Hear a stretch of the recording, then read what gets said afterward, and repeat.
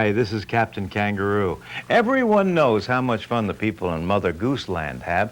Jack be nimble, he's quick. Jack and Jill up that hill. Little Bo Peep, go get those sheep.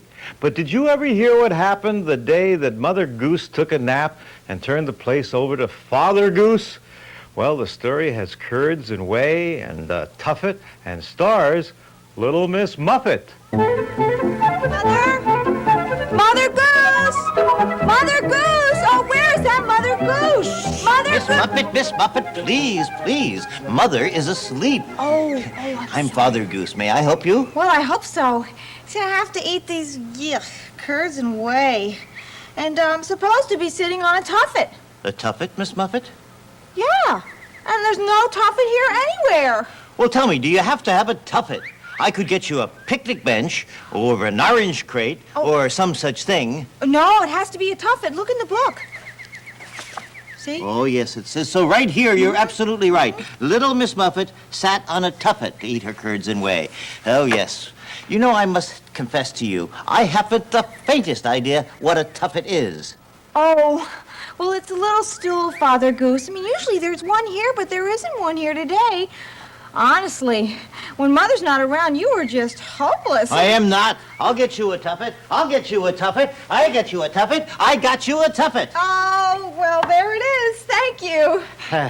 Oh, that's much better. Oh, I hope I didn't hurt your feelings. Oh, that's all right. I'm quite accustomed to it. Yes, when Mother's not around, when she takes her nap in the afternoon, I get all the complaints. Oh, you want to get a complaint? I'll give you a complaint. These curds and whey. Ugh, I have to eat this stuff every day. Well, that's what it says right here in the book. You have to eat it. Certainly you do. Curds and whey says so right here. Tell me, what does it taste like? Well, here, you try it. Ooh, sour. Why don't you try sweetening it? Well, I tried to get some honey, but I couldn't get into the kitchen. The Knave of Hearts is running around making tarts everywhere. And Jack Horner's sticking his thumb in all the pies. And Mary's in there trying to barbecue her cockle shells. I gave up. Oh, my goodness. Ooh, say, I want to point something out to you, Miss Muffet. See what comes next here? Do you know? Yeah, I know. A spider's going to come along and sit down beside me. Well, that's right. How did you know? I go through this every day. Oh. See? Hi. I'm a spider. Well, go ahead. What? Aren't you frightened? The spider just sat down beside you. Oh, come on. I don't get frightened anymore. But you have to. Tell her, Father Goose, tell her. Yes, you see, it says so right here in the book. Along came a spider, sat down beside her, and frightened Miss Muffet away. I'm sorry, Miss Muffet, you have to be frightened away. Oh, come on. Now, why should I be frightened of this spider? He doesn't bite. Well, no, not really. No, I don't bite, no. And Really. you're not going to scratch me either, are you? Actually, Or no. sting? No, I'm not going to do that, no. Now, why should I be frightened away? Why, I ask you? Spiders aren't scary at all. Boo! Well, you have to. Because this is the only part I could get in the whole Mother Goose book. I tried out to be the farmer in the dell, but they wanted a real farmer. Then I tried out for little Jack Horner, but they said my thumb wasn't right. Well, finally I got to be the spider, you know, and I did everything right. I sat down beside you, and now you refuse to be frightened away? That's not fair. That's not fair. I don't care. I'm not going to have every little girl in the world afraid of spiders just because Mother Goose says so. Oh, my goodness. What am I going to do? What will Mother Goose say when she hears about this? I'll tell you what she's going to do. She's going to fire me, that's what. Oh, I'm so nervous. I'm going to get nervous and get hungry. Let me have some of your curds and whey. Sure. How could you eat that stuff? It's awful. Awful. I know.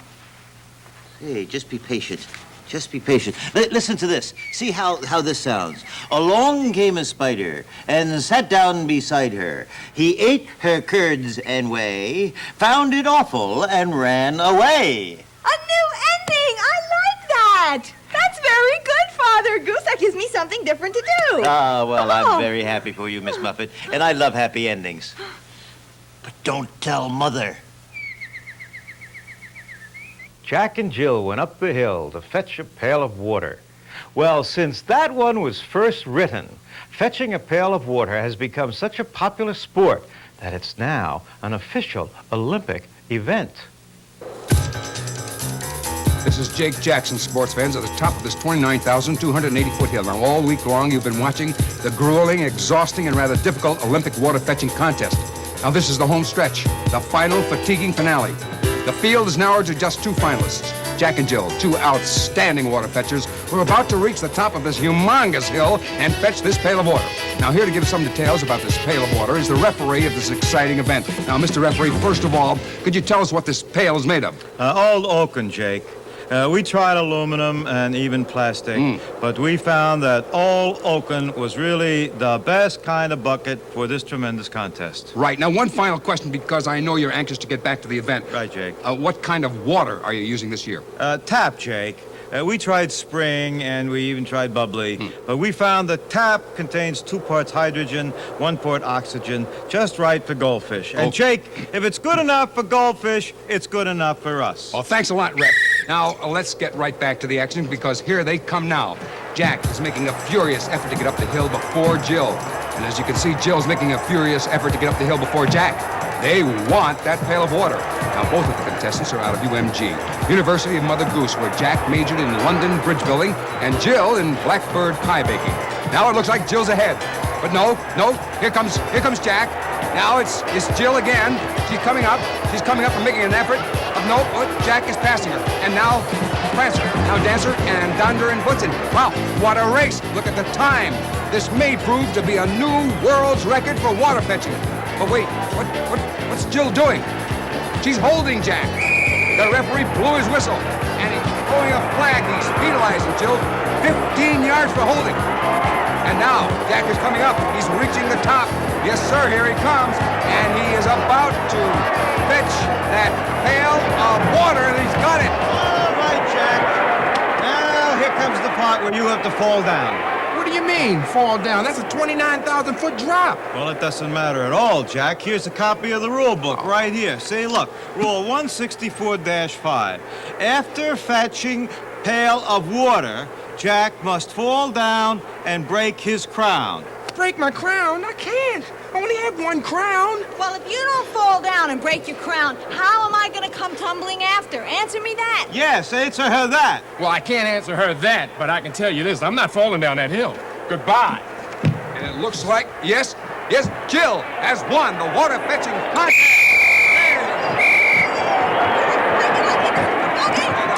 Now, Jill, you just sit down here and rest yourself. Well, now, tell me, Jill, after climbing this 29,280-foot hill to fetch a pail of water, what was the most memorable thing about it? Was it the thrill of victory? No, it wasn't. Well, if it wasn't the thrill of victory, what was it? The agony of defeat. This is Jake Jackson reporting live from the first annual water fetching contest at Humongous Hill.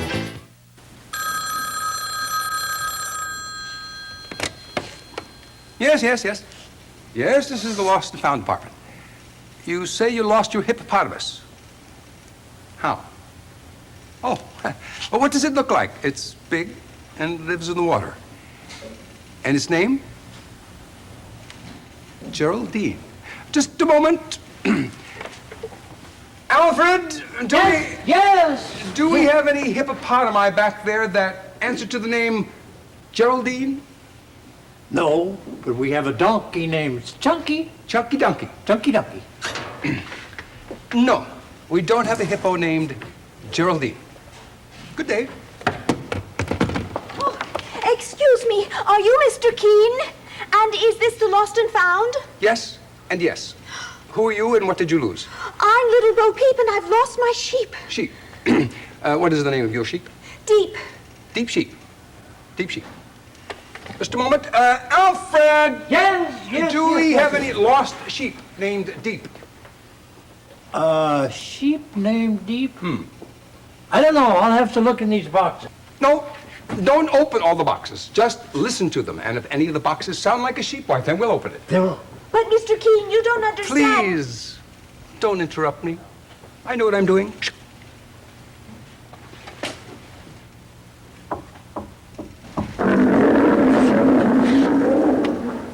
That's not a sheep, Mr. Keene. No, I don't think it is. No, I don't think so either. But what was it? It sounded like a lion to me. Now, Mr. Keene, No, the thing... don't disturb me. Alfred, try another box. Here we are, Mr. Keene. All right, now let's be very quiet and see if there's a sheep in there. But, Mr. Keene, you ought to know the deep sheep is a very Please. silly sheep. Shh. Listen.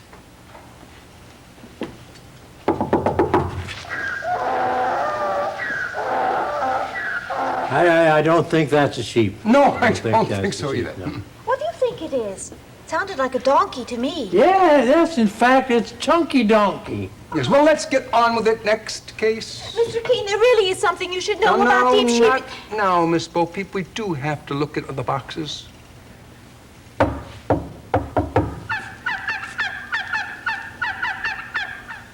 Well, that's not it for sure. Absolutely not. Who ever heard of a sheep that sounded like that? Can you beat that, Mr. Keene? A sheep who sounds Yes, like... Alfred, I've never heard anything so funny in my life. It sounded like a turkey, didn't it? A turkey? My goodness. That's deep. What?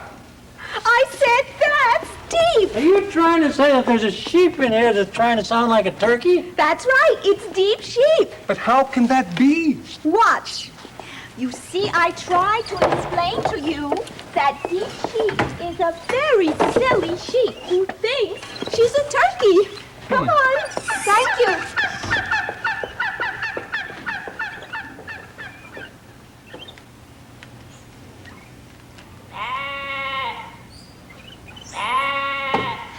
Turkey? Nope. That's Monkey Monkey. He thinks he's a sheep.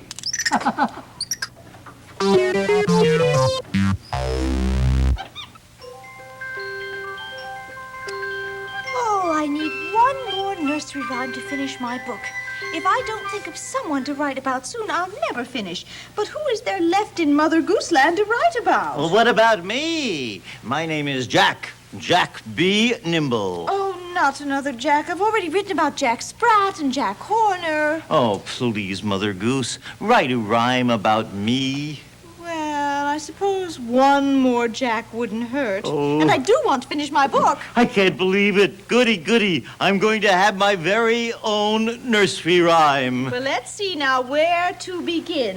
Tell me something about yourself, Jack B. Nimble. What do you like to do? Oh, I like to do lots of things. Hmm? I'm very quick, you know. Quick. Jack B. Nimble. Jack B. Quick. Oh, and I like to jump. No, I love to jump. Oh, jumping is my very favorite thing. Jack be nimble, Jack be quick. Jack jumped over... The tuffet. The tuffet. Tuffet. Yes, watch this. Oh, no, but that's Miss Muffet's tuffet. You can't, I'm sorry. Here I go. All right. Hold it. What's the big idea? Whoa, what is it, Mr. You Spider? can't jump over this tuffet. Well, why not? Well, because little Miss Muffet is coming along any second, and I have to be here to frighten her away. So would you please go get your own little nursery rhyme, pal? Oh. And leave this one to me, Miss Muffet. Well, I am so sorry, Huh? Mr. Spider. Yes. All right. So sorry. No tuffet. Shall we try again, Jax? Please. Let's see. Jack be nimble, Jack be quick. Jack jumped over... The pumpkin shell. Hold it right there. Well, Never mind, my dear. I'll take care of this. excuse me, but who are you? Peter, pumpkin eater. Oh. I'm keeping my wife in this pumpkin shell. Yes. Very well, too, I might add. Oh, Why don't you get out of my nursery rhyme and go find your own? well, I'm very, very sorry, Peter. I'm very sorry. Shoo. I seem to be getting everyone very angry with me. Don't worry, Jack. As soon as we find something for you to jump over, everything will be fine. Now, let's see. Jack be nimble, Jack be quick. Jack jumped over... The stick! Look, stick. See? Jack, jump over the stick. Uh-huh. What do you think? Easy? Well, I think it's a little too easy. Ha! Here, brick. Jack, jump over the brick. See? There. Brick. No, I don't think that will do. I've got it, Mother Goose. Look. See? A baby chick. Chick, quick. It rhymes. Jack be nimble, Jack be quick. Jack jumped over the baby chick. Well, How about it? How about it? It does rhyme, but somehow I don't think it's right. Oh, my. Hello, Mother Goose. Well, hello, Wee Willie Winky. Yeah, it's time for me to run through the town, upstairs, downstairs, in my nightgown. Say, what's that you're carrying, Wee Willie? Oh, it's just my candlestick. Candlestick! May I borrow it, please? Well, sure. Oh. Jack be nimble, Jack be quick. Jack jumped over the candlestick. Oh, it's perfect, it's perfect. Now my book is complete. Oh, Jack, thank you, thank you. Just a minute, Mother Goose. I have to jump over the candlestick to make it official, and I don't want any mistakes. Now, I think I'm going to get myself a running start, all right? Now, Jack be nimble, Jack be quick. Little Bo Peep has lost her sheep again. Jack jumped over the candlestick. Whee! Oh, oh, oh, oh, oh! I can't stop! Oh, I did it. I jumped over the candlestick. Now I have my very own nursery rhyme. Oh, by the way, I almost forgot. I think I found Little Bo Peep's lost sheep. Here you go, Mother Goose. There you go. Grab a hold. Thank you, I've got it. Oh, my very own nursery rhyme. I'm so proud. Congratulations. It's nice to be in the family. Yeah, you got your own rhyme. That's wonderful. Hear ye, hear ye! We present today the continuing story of Morty Mut Mope, the king of the kingdom of Bopity Bope. He was the one who searched every town and found that genius, Same Sound Brown. Hi, Guy. Hi, hi. It was Same Sound Brown who created the rhyme of the year, the best of its time. Yes, Brown found a rhyme for Morty Mut Mope, namely the words, 40-foot rope. 40-foot rope? cried Morty Mut Mope, 40-foot rope rhymes with Morty Mut Mope. after which they had a little hassle. And Morty Mut Mope said, Get out of my castle. where there's a king, there's often a queen. And a queen like this you've never seen. Jealous of everything anyone had. My temper is short and my nerves are bad. She gave the king a terrible time when she learned that his name had been given a rhyme. How cometh She said, Brown rhymed your name, and for me, the queen, he hath not done the same? Because, thou ill-tempered porcupine, your name is harder to rhyme than mine. My name is Nickel Nair Nelly. she was heard to exclaim. And I want some words that will rhyme with my name. So the king went searching for Same Sound Brown and had notices posted all over town.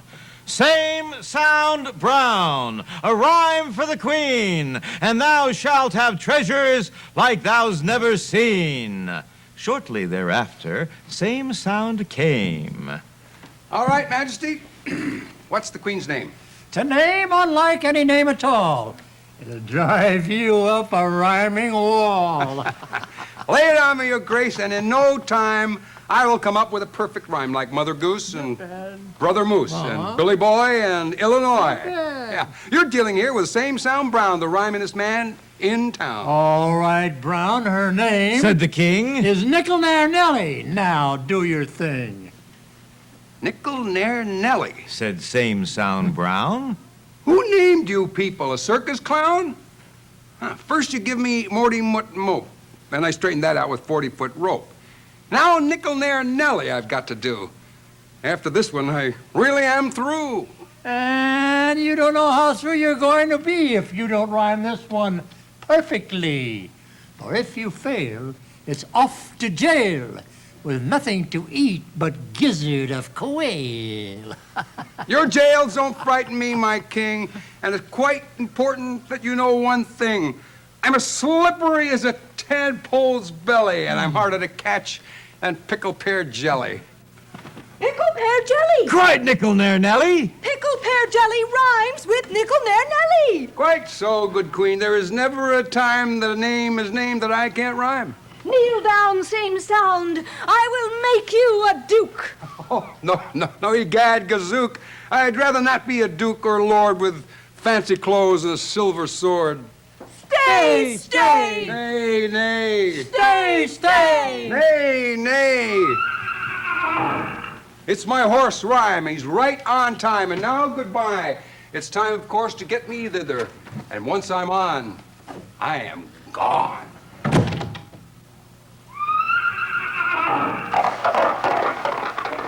And the moral of the story is, don't try to stop a rhyming whiz, and never threaten a man with jail and a diet of nothing but gizzard of quail, 'cause he'll send for his horse, who will come for his friend, and before you know it, you'll have reached The end.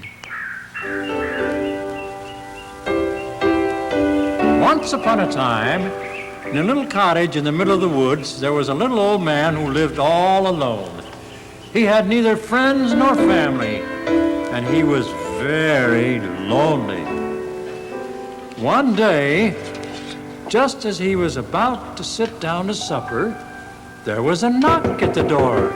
I wonder who that might be, thought the old man as he went to open it. Well, what can I do for you, Mr. Donkey?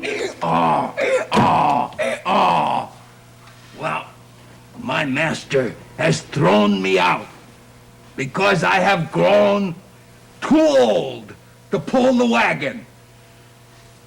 May I stay with you, kind sir? Well, I am very poor, and I don't have very much food, but I will be very happy to share with you what I have. So the old man led the donkey to the table. And then he went and fixed another bowl of soup. And no sooner were the two friends ready to eat when there was another knock at the door. Imagine the old man's surprise to find a poor old dog standing there.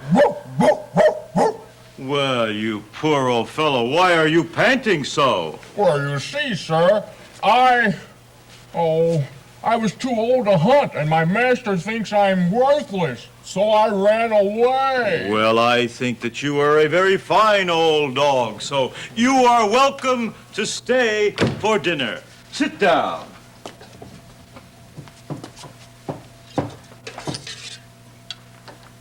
The old man was very pleased to have such nice guests for dinner, even though there wasn't much to eat.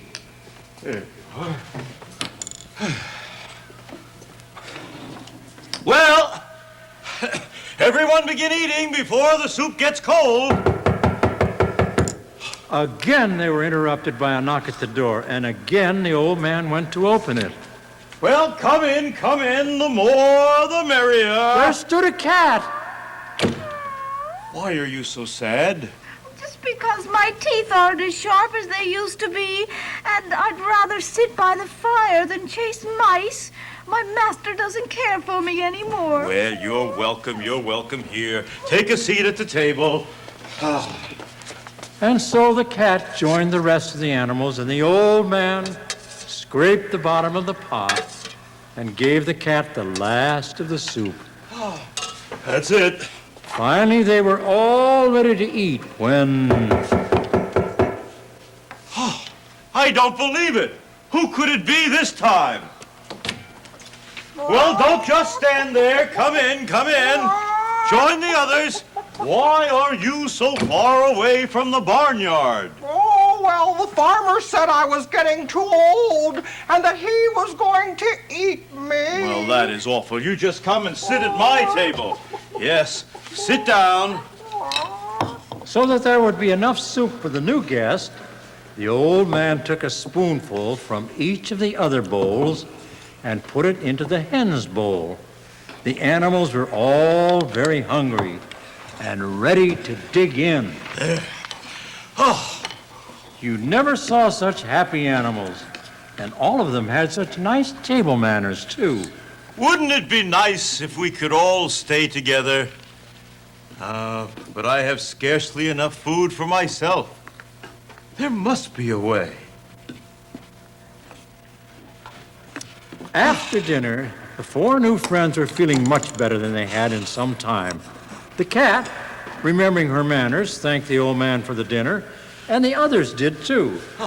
Then the donkey said that they should repay the old man for his kindness with something, anything. The dog thought that was a splendid idea, and the hen suggested that they all sing for their supper. The animals agreed, and they gathered around the old man and began to serenade him. Walk down that lonesome road all by yourself. Don't turn your head. The music brought the old man great joy and happiness. It also gave him a great idea. He would form a new singing group called the Supper Time Singers, and they would tour the countryside, even play the palace. That way, the good friends could stay together. And even today, on a clear night, when you're walking along in the woods, you might hear the Supper Time Singers singing for their supper. Well, I hope you had some fun with the stories of Almost Mother Goose. On other Captain Kangaroo video showcase tapes, you'll find lions and tigers, bears and elephants, lots of Captain's friends, including the Banana Man, da-da-da-da-da, scary tales and silly stories and favorite adventure stories, holiday fun, and much more. So, do enjoy them. Spend more time with your Captain very soon. Wherever you look, there's a storybook surprise coming to life before your very eyes. Hickory, dickory, dock and more, you've never seen anything like it before.